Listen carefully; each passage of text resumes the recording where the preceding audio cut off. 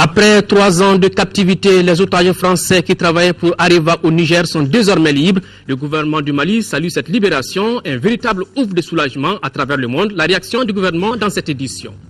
Le premier tour des législatives est prévu pour le 24 novembre prochain. La rédaction s'est intéressée au rôle du député. Cet élu de la nation est-il à la fois législateur et exécutif? Les éléments de réponse dans un dossier signé Bourama Traoré. Voilà pour les titres. Mesdames, Messieurs, bonsoir et bienvenue dans cette édition de 20h que nous ouvrons par ce communiqué du gouvernement de la République du Mali suite à la libération des otages français. Le gouvernement de la République du Mali a appris avec une grande satisfaction la libération des 4 otages français enlevés le 16 septembre 2010 à Arlit au Niger par des groupes terroristes. Les autorités maliennes félicitent son Excellence le président de la République du Niger qui a œuvré inlassablement pour obtenir la libération du Thierry Doll, Daniel Laribe, Pierre Legrand et Marc Ferré. Le gouvernement de la République du Mali félicite le gouvernement français et s'associe à la joie des 4 otages et de leurs familles qui ont vécu 3 ans d'épreuves de souffrance et de calvaire. C'était là le communiqué du gouvernement par rapport à cet événement. Maintenant, revenons en images. Ils étaient détenus depuis 3 ans maintenant. Ils ont été enlevés, je rappelle, le 16 septembre 2010. Et c'est le président du Niger, Mahamadou Issoufou, qui serait à l'origine de cette libération. Les réactions pleuvent de partout. Ici, le gouvernement malien salue cette libération des otages. Voyons ce commentaire avec Sidiki Dambélé. Ils sont enfin libres. Thierry Doll, Daniel Laribe, Pierre Legrand et Marc Ferré. Ils avaient été enlevés par AQMI, Al-Qaïda au Maghreb islamique, en septembre 2010 sur la base d'Arlit, au nord du Niger, en compagnie de 3 autres personnes, une française, un malgache et un togolais. Ces 3 otages avaient été libérés au bout de 6 mois. L'on était sans nouvelles des 4 Français depuis 2 années, tantôt au nord du Mali, tantôt au Niger. Ils avaient même été donnés pour morts un moment. Une information vite démentie par leur ravisseur qui avait transmis cet été une vidéo et que les familles ont pu voir. Pour leur libération, AQMI exigeait le retrait des troupes françaises d'Afghanistan et une enveloppe d'au moins 90 millions d'euros. Refus catégorique de la France. Selon nos informations, ils ont été libérés à la suite d'une opération éclair menée au milieu de la nuit par Nigériens et Français. On n'en sait pas plus pour le moment. 3 ans. 3 ans d'épreuve pour ces ressortissants.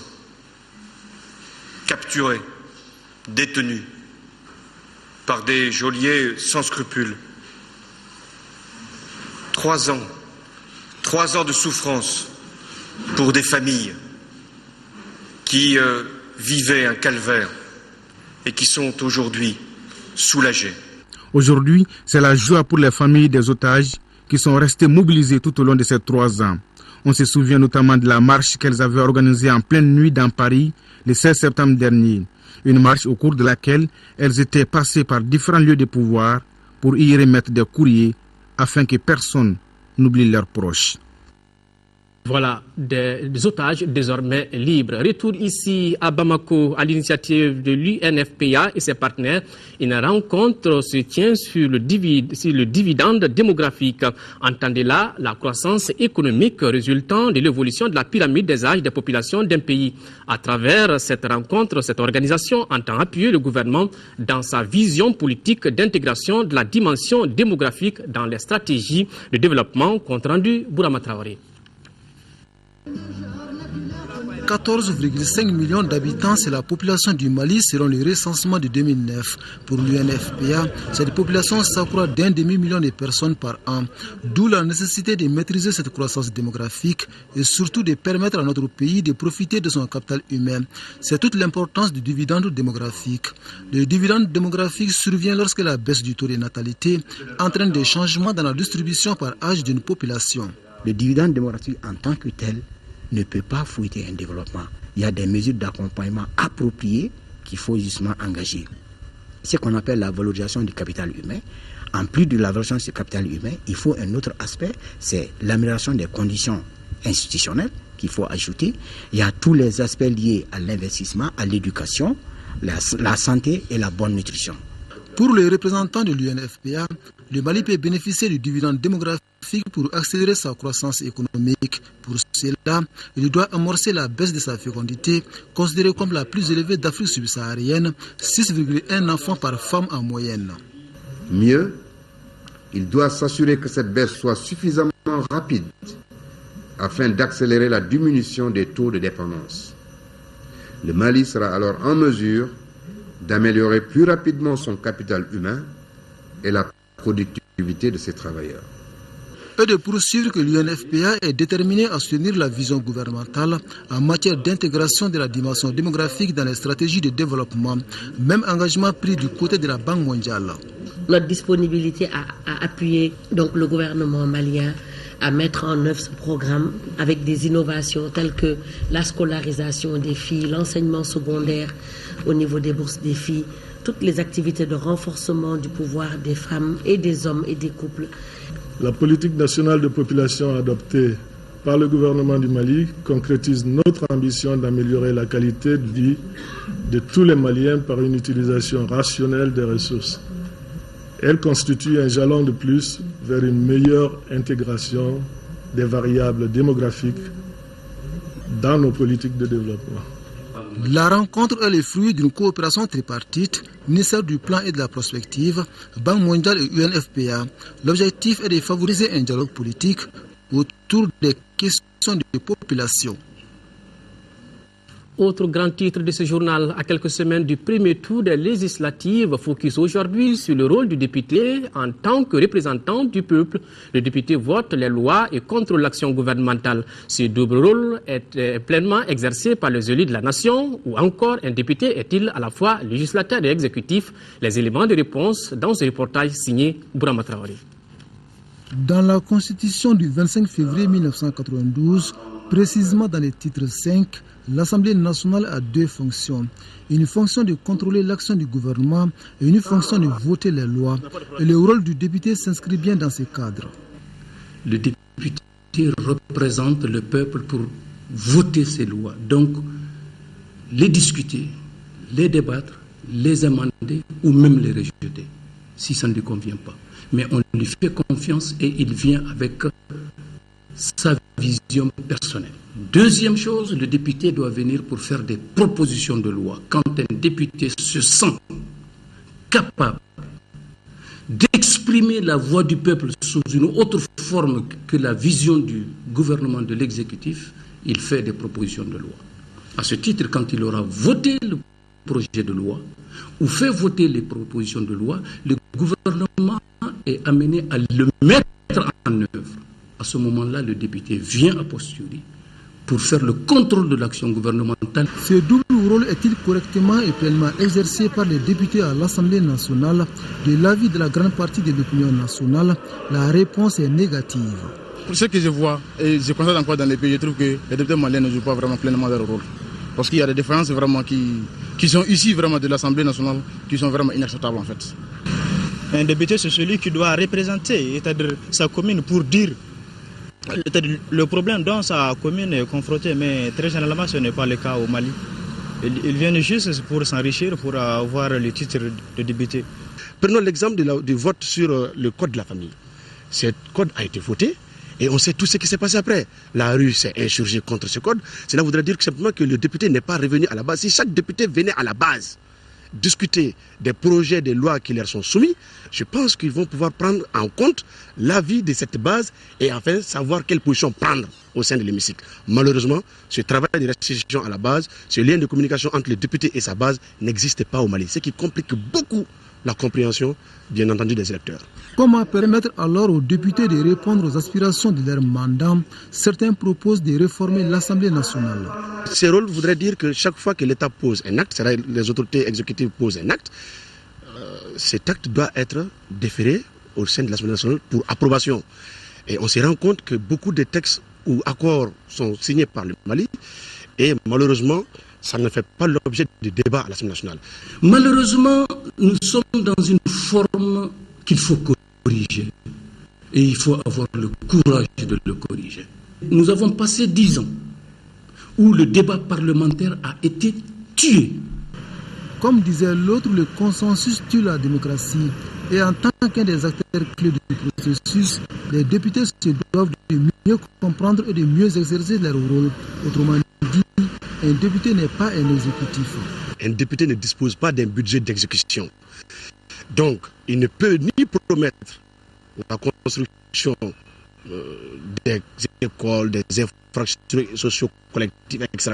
Non, un député ne peut pas le faire, puisqu'il ne dispose pas de budget conséquent à la matière. Le maire peut le faire, parce qu'il est élu d'une circonscription où on lui paye les impôts, il a des ressources propres. Le député n'en a pas. Donc il ne peut pas promettre, il ne peut pas construire, il ne peut rien faire. Par contre, un député doit avoir une relation saine avec les élus de la circonscription dans laquelle il a été élu, afin de permettre la facilitation, bien entendu, des relations avec les partenaires. Le député n'a pas les moyens, le député n'a pas l'argent de l'État. Celui qui va raconter à ses électeurs ou bien à sa population que je vais vous faire des routes ou je vais vous faire des classes est un menteur. C'est clair et net. Ou il n'a pas compris lui-même le rôle du député. Avis donc aux électeurs à quelques semaines du premier tour des élections législatives prévues pour le 24 novembre 2013. Une élection qui permettra au Mali de se doter d'une nouvelle Assemblée nationale. Dossier signé Bourama Traoré. L'association Gandakoy prend acte de la levée des mandats d'arrêt contre certains leaders des mouvements rebelles et scissionnistes ainsi que les résolutions des États généraux de la décentralisation invitant à une large concertation du peuple malien avant toute tentative de réaménagement du territoire. Gandakoy a également suivi avec un grand intérêt les déclarations unionistes des leaders traditionnels et coutumiers des communautés Kel, Tamashek, des régions de Gao, Kidal et Tombouctou. Gandakoy rappelle que son objectif principal demeure la sécurité, la libre circulation des populations et de leurs biens et la convivialité des populations. Persuadé que la justice suivra son cours, Gandakoy rassure les uns et les autres de son indéfectible soutien à toute initiative visant cet objectif et ne ménagera aucun effort pour la quiétude et le meilleur vivre ensemble sur le territoire national et plus particulièrement dans les régions du Nord. Vive la République du Mali, unie, indivisible et forte de sa diversité. Sur un autre plan, bientôt la fin du calvaire des habitants de Missabougou et extension. La station compacte d'eau potable installée au bord du canal de Missabougou sera opérationnelle et fournira aux populations de l'eau potable en fin décembre prochain. Elle permettra à plus de 120 000 personnes d'accéder à l'eau potable. Cette infrastructure, qui a coûté 8 milliards de francs CFA, a été visitée cet après-midi par le ministre de l'Énergie et de l'Hydraulique. Reportage Boubacar Sissoko.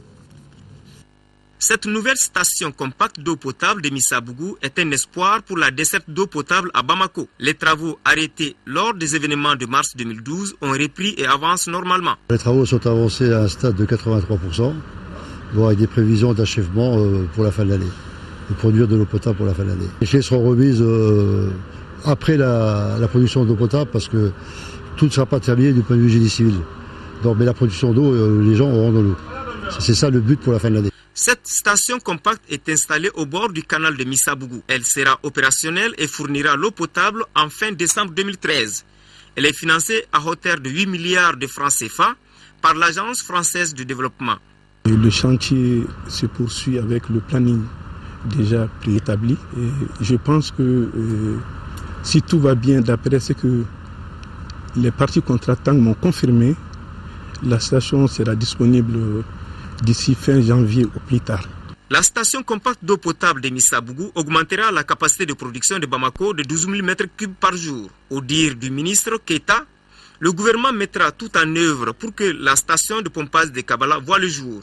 Cela permettra à 1 200 000 personnes d'avoir accès à l'eau potable. C'est un projet qui va coûter dans sa première phase à peu près 165 milliards de francs CFA et il va produire à peu près 144 000 millions de mètres cubes d'eau par jour.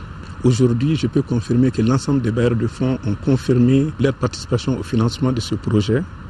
Les conventions de financement seront normalement signées d'ici fin janvier 2014 et les travaux, en tout cas, démarreront, à mon avis, courant 2014, pour 4 ans. Auparavant, le ministre a visité la station compacte d'eau potable de Manyambougou, installée à quelques encablures de celle de Missabougou, qui a une capacité de production d'eau potable de 20 000 m3 par jour. Les assises du 4e congrès du Comité national de la jeunesse du Mali se tiendront les 27 et 28 novembre prochains ici à Bamako.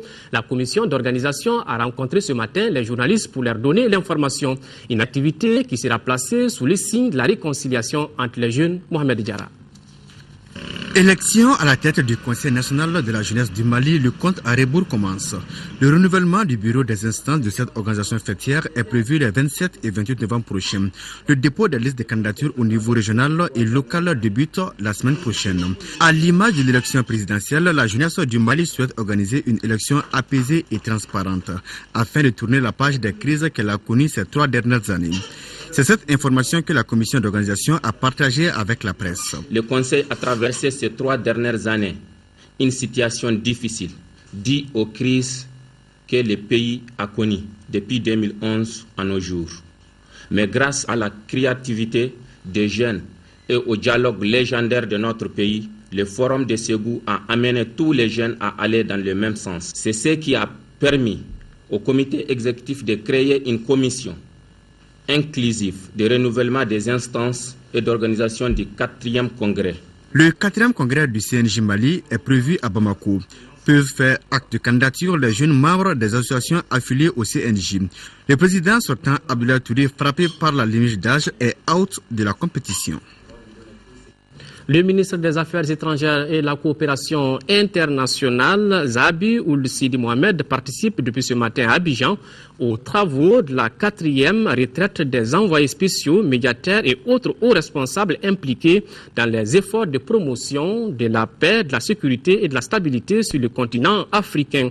Cette réunion permettra de porter un regard rétrospectif sur le parcours de l'UIA et la contribution des partenaires internationaux dans le domaine de la paix et de la sécurité en vue de tirer les leçons de l'action entreprise et d'identifier les voies et moyens du renforcement des efforts visant à promouvoir durablement la paix, la sécurité et la stabilité en Afrique. Hors de nos frontières maintenant, au Sénégal, le Premier ministre Aminata Touré était devant les élus de la nation pour ce premier face-à-face avec les députés. Aminata Touré a dévoilé la politique de son gouvernement. Effervescence autour de l'Assemblée nationale sénégalaise. Les comités de soutien acquis au pouvoir sont fidèles au poste. Tapis rouge pour les invités. Tout est prêt pour l'arrivée de Madame le Premier ministre. En boubou jaune et mauve, symbole de dynamisme et sérénité, Aminata Touré vient défendre les priorités de son gouvernement. Son premier grand discours depuis sa nomination il y a 2 mois. Nous comprenons bien l'aspiration de nos compatriotes à vivre mieux, à satisfaire leurs besoins essentiels, à avoir des emplois, à accroître leurs revenus. Ces demandes concrètes relèvent d'une quête bien légitime de plus de progrès économique et social.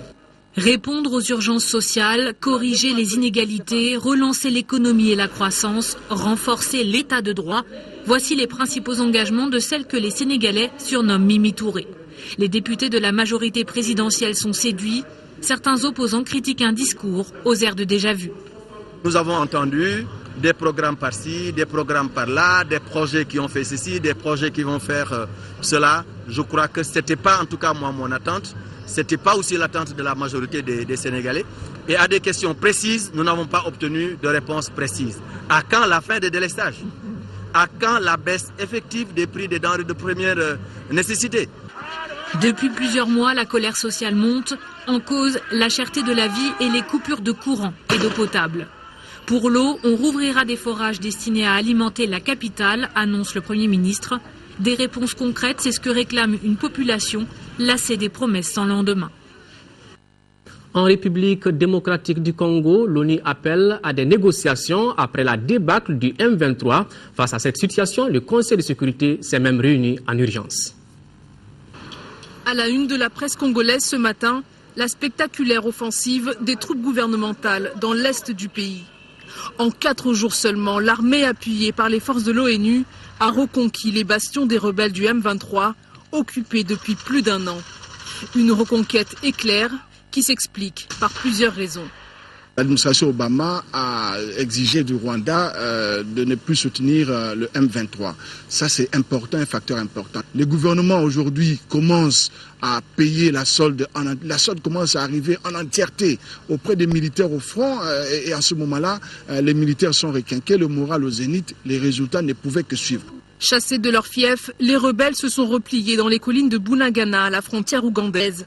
Et face au risque de contre-offensive, le Conseil de sécurité des Nations Unies s'est réuni en urgence. Seule issue possible pour éviter une escalade de violence, la reprise des négociations de paix suspendues depuis 3 semaines. Nous espérons que le mouvement rebelle a bien été châtié et que les négociations vont reprendre. Du côté du gouvernement, le ministre de la Défense a dit que Kinshasa était prêt à négocier. Une affirmation pour le moment non confirmée par Kinshasa. Mais pour certains représentants politiques congolais, pas question de négocier avec la rébellion. Le M23 a été déclaré par la communauté internationale comme étant une force négative.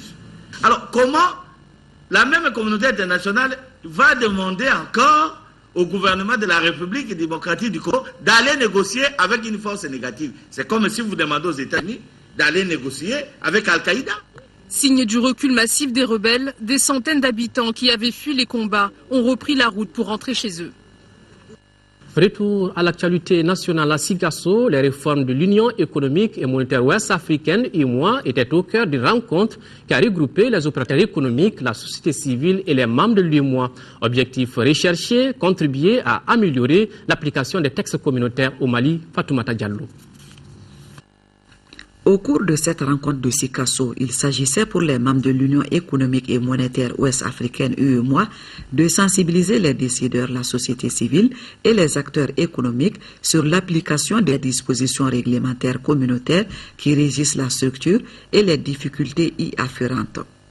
Ces dispositions, qui connaissent aujourd'hui une application de différents degrés au sein des États membres de l'UEMOA, sont relatives à la libre circulation des personnes, le droit d'établissement pour ne citer que cela.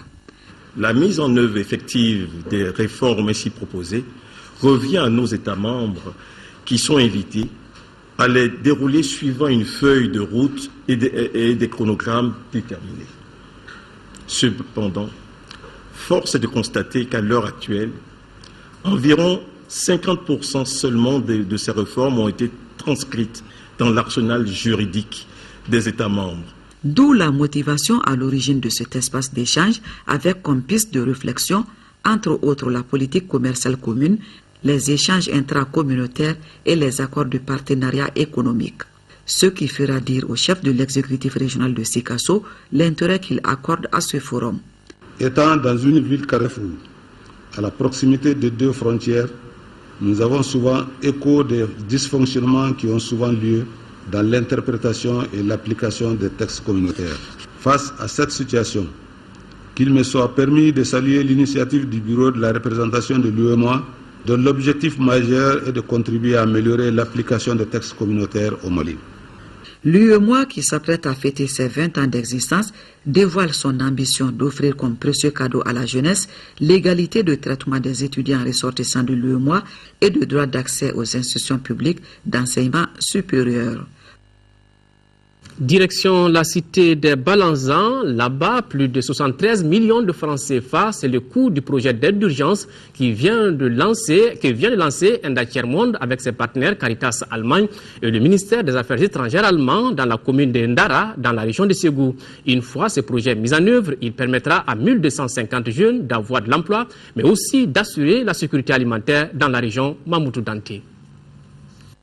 Les remblayages de 11 km de pistes rurales en latérite allant du village de Nango à la route RN6, l'aménagement des digues dans la plaine de Nango pour la culture du riz et le surcreusement avec la construction de quelques kilomètres de canaux d'évacuation des eaux de pluie, ce sont entre autres des activités programmées par ce projet d'aide humanitaire d'urgence qui vient de lancer Enda Mali dans la commune d'Engara à 30 km de Ségou.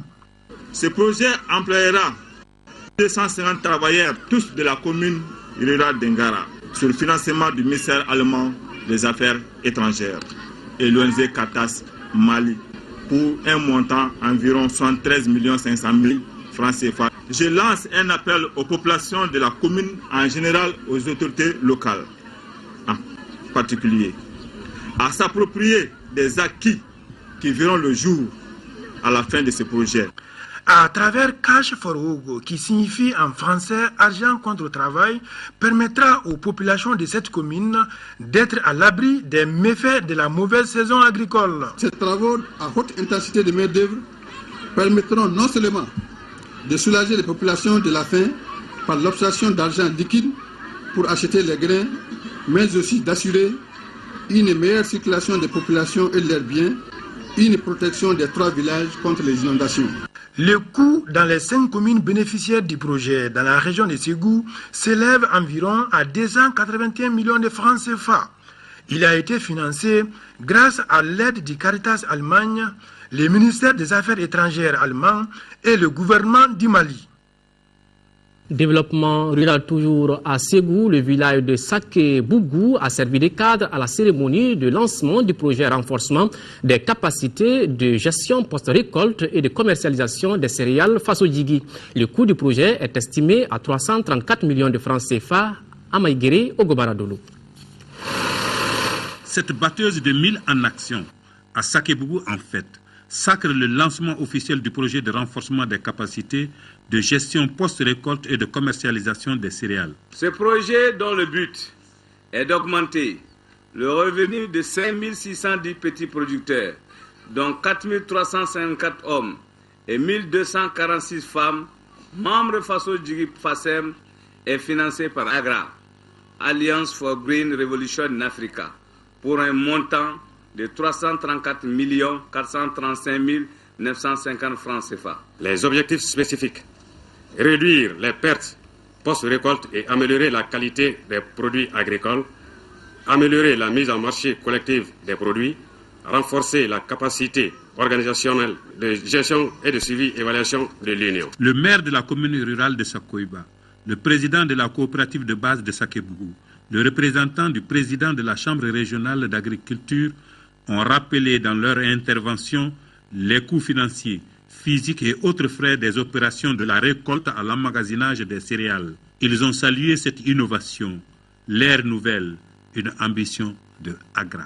Notre mission est de faciliter une révolution verte authentiquement africaine qui transformera l'agriculture africaine en un système hautement productif, efficace, compétitif et durable qui assure la sécurité alimentaire et sortira d'1 million de personnes de la pauvreté. Malgré la situation de crise au Mali, la mise en œuvre du projet a été effective en juillet 2012 et a fait d'importantes réalisations. En témoignent les bénéficiaires. Le projet dure 3 ans. Monde rural encore cette fois-ci dans la région de Mopti où plus de 29 millions de francs CFA, c'est le coût du projet de renforcement des pasteurs de la commune rurale de Dialoubé face aux effets de la crise. Un projet qui servira donc qui permettra de mettre en œuvre 6 programmes dans plusieurs localités de la commune. Nous retrouvons le reportage de Moustapha Doumbia. Le projet de renforcement de la résilience des pasteurs de la commune rurale de Dialoubé face aux effets de la crise du Nord est mis en œuvre par l'ONG Organisation pour un développement intégré au Sahel, Odi Sahel. Il couvre les villages de Dialoubé, Kakanyapel, Ouro Alfaga, Kanyo et les hameaux de Wassi et Waekre. Le projet vise ainsi à contribuer au renforcement de la résilience à travers la vaccination des animaux contre certaines grandes épizooties, l'apport des soins de santé, la sensibilisation sur la protection et la conservation de l'environnement, l'organisation de rencontres intra- et intercommunautaires, des conférences débats dans le cadre de la gestion des conflits et de la prévention aussi des conflits. Il y aura aussi la réalisation d'émissions radio sur les textes de gestion des ressources pastorales. La réussite de ces projets sera notre réussite car les résultats atteints contribueront fortement à réduire les effets prévus de la crise que nous avons connue. Le projet de renforcement de la résilience des pasteurs de la commune rurale de Dialoubé face aux effets de la crise du Nord est cofinancé par l'Union européenne, le Danemark, la Suède, la Suisse et le Canada à travers le programme d'appui aux organisations de la société civile PAOS 2. Je dirais aux responsables de Audi Sahel surtout de veiller au respect des procédures de mise en œuvre de ce programme. Et nous espérons que ce programme va contribuer à améliorer les conditions de vie des éleveurs. Le projet s'étend sur 15 mois pour un peu plus de 29 500 000 francs CFA. Le ministère de la Défense et des anciens combattants vole au secours de la police de Gao avec deux pick-up. Désormais, la police pourra exercer pleinement sa mission de sécurisation des personnes et de leurs biens sur l'ensemble du territoire de la commune urbaine d'Aouda Zoumana Traoré.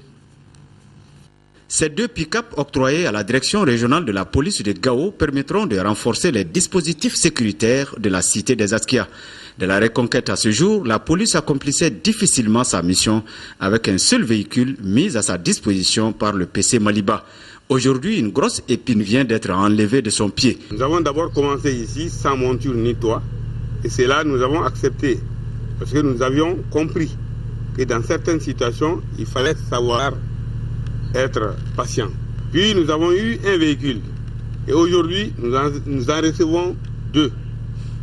Ceci nous commande tout simplement l'amélioration de nos performances. Le poste de commandement du théâtre de l'opération Maliba, qui a toujours volé au secours de la police de Gao, peut consacrer son énergie à d'autres fins. Le terrain étant vaste et la mission complexe. Le ministre de la Défense et des anciens combattants, M. Soumele Boubé Mega, a décidé de donner 2 Toyota pick-up à la direction régionale de la police de Gao pour renforcer ses capacités dans le cadre des missions de sécurité. Puisque bien évidemment, plus les forces de sécurité seront en mesure de remplir leur mission à l'intérieur des agglomérations, moins nous militaires nous serons sollicités par rapport à nos moyens de défense et que nous pourrons mieux agir dans les zones où nous opérons. Désormais, la police de Gao est prête à poursuivre les malfrats à tout moment et en tout lieu, conformément à sa mission de sécurisation des personnes et de leurs biens. Une promesse que partage Adama Kansai, directeur de cabinet du gouverneur de Gao. Voilà, ça roule déjà. Restons toujours dans le nord de notre pays où le commandant des théâtres d'opération Maliba est arrivé hier en zone militaire de Tombouctou. Lors de la rencontre avec les officiers, il a été question de l'amélioration des conditions de travail, de la discipline au sein de l'armée et de la formation. Sur place, le colonel-major a saisi l'opportunité pour expliquer les objectifs et les principes qui régissent l'opération Maliba. Il est au micro de Adama Djimde. En un premier temps, minimiser et au final réduire la menace djihadiste et terroriste sur l'ensemble du territoire, en particulier sur le théâtre de l'opération Maliba.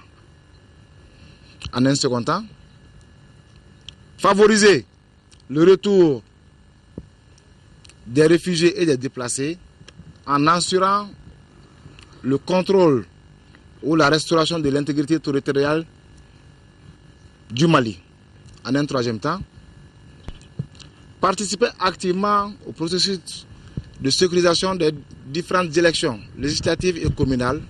Aujourd'hui, je suis venu en personne remercier la zone de défense numéro 5, à qui on a ajouté la portion de Nara et de Nampala pour constituer le secteur 3, pour une bonne coordination, pour vous remercier d'abord pour tout ce que vous avez fait, pour tout ce que vous êtes en train de faire.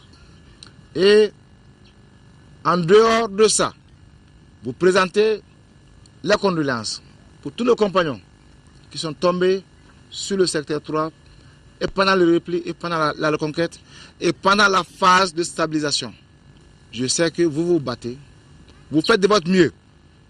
Et c'est ce qui est très très important. Votre engagement, votre détermination, il faut que l'ordre revienne. Le soldat sache que son avenir, c'est dans les mains du caporal et du caporal-chef. Que le caporal-chef sache que c'est le sergent-chef, qui peuvent le noter et qui peuvent le briser. Donc, c'est par cette discipline que cette armée reviendra, une armée normale, une armée que nous avons héritée de nos aînés.